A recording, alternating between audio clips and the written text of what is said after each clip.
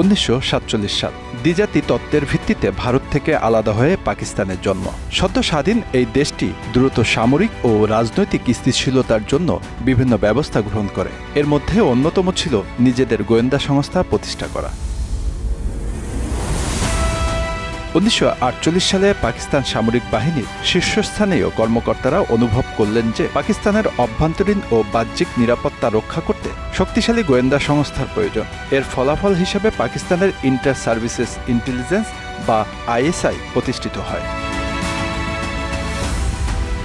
প্রথম দিকে পাকিস্তান সেনাবাহিনীর অধীনে শুধুমাত্র সামরিক গোয়েন্দা কার্যক্রম চালানোর জন্য ISI গঠিত হয়। এর উদ্দেশ্য ছিল দেশের সামরিক শক্তিকে সুরক্ষিত রাখা এবং সামরিক বাহিনীর কার্যক্রম সমন্বয় করা।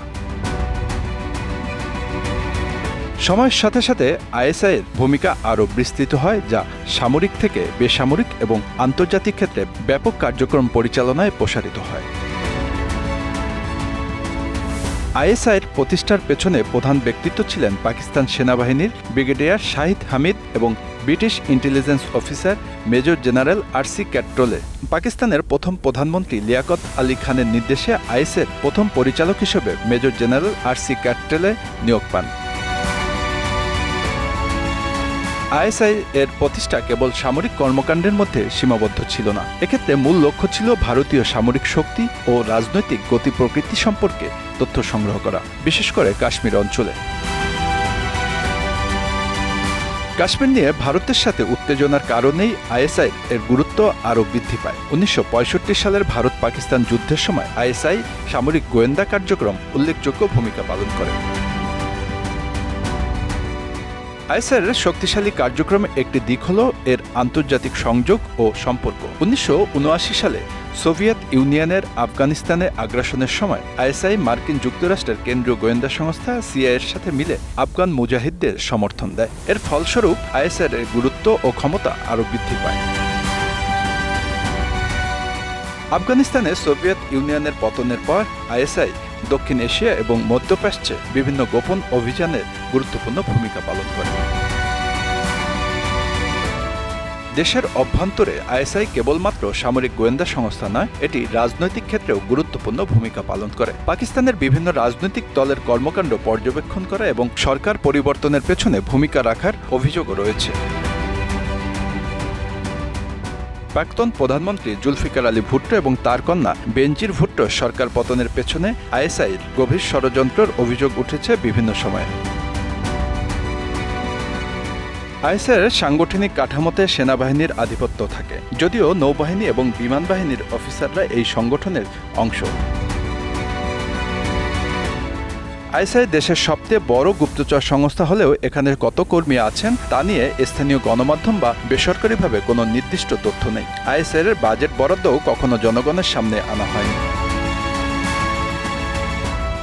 কয়েক বছর আগে ওয়াশিংটন ভিত্তিক একটি সংস্থার এক তদন্ত অনুযায়ী ISI-তে 10,000 অফিসার ও কর্মচারী রয়েছেন, যারা খবরাখবর সংগ্রহ করেন বা নিজে থেকে গোয়েন্দাদের খবর দেন। তারা এই কর্মী সংখ্যার মধ্যে নেই। প্রাপ্ত তথ্য অনুযায়ী ISI-তে 6 থেকে 8টি বিভাগ রয়েছে। সামরিক বিশেষজ্ঞরা বলছেন ISI এর সাংগঠনিক কাঠামো এমনভাবে তৈরি হয়েছে যাতে এটিকে এমন একটি গুপ্তচর সংস্থায় পরিণত হয়েছে যারা মূলত কাউন্টার ইন্টেলিজেন্সের দিকেই মনোনিবেশ করে থাকেন। এছাড়াও অন্যান্য গুপ্তচর সংস্থার গতিবিধি, ষড়যন্ত্র বা গুপ্তহত্যার মতো ঘটনার হাত থেকে বাঁচার মতো একটি গোয়েন্দা সংস্থার তৎপরতাও কাউন্টার ইন্টেলিজেন্সের মধ্যে পড়ে। কিন্তু কেন ISI কাউন্টার ইন্টেলিজেন্স বা পাল্টা গোয়েন্দাগিরির উপর এত বেশি নজর দেয়?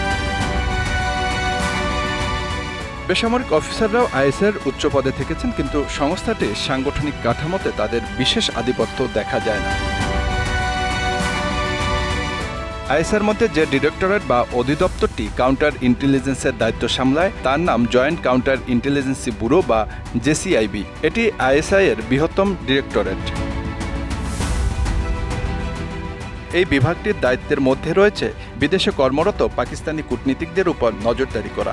একই সঙ্গে মধ্যপ্রাচ্য, দক্ষিণ এশিয়া, চীন, আফগানিস্তান ও সাবেক সোভিয়েত ইউনিয়ন থেকে বিচ্ছিন্ন হওয়া দেশগুলোতে গুপ্তচরবৃত্তি চালানো এই বিভাগের কাজ।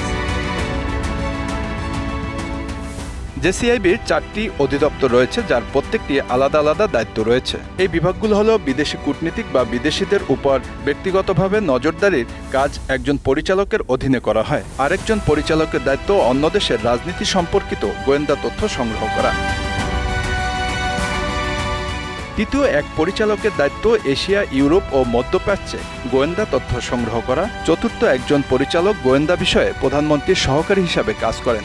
এটি আইএসআইয়ের সবথেকে বড় অধিদপ্তর। এই বিভাগটির দায়িত্বের মধ্যে রয়েছে আইএসআইয়ের কর্মকর্তাদের উপরেও নজরদারি চালানো।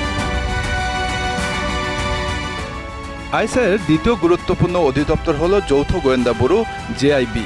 এটি স্পর্শকাতর রাজনৈতিক বিষয়গুলোর উপর নজর রাখে। এটি কাজের দায়িত্বের মধ্যে রয়েছে রাজনৈতিক দল, ট্রেড ইউনিয়ন, আফগানিস্তান, সন্ত্রাস দমন কার্যক্রম এবং ভিআইপিদের নিরাপত্তা।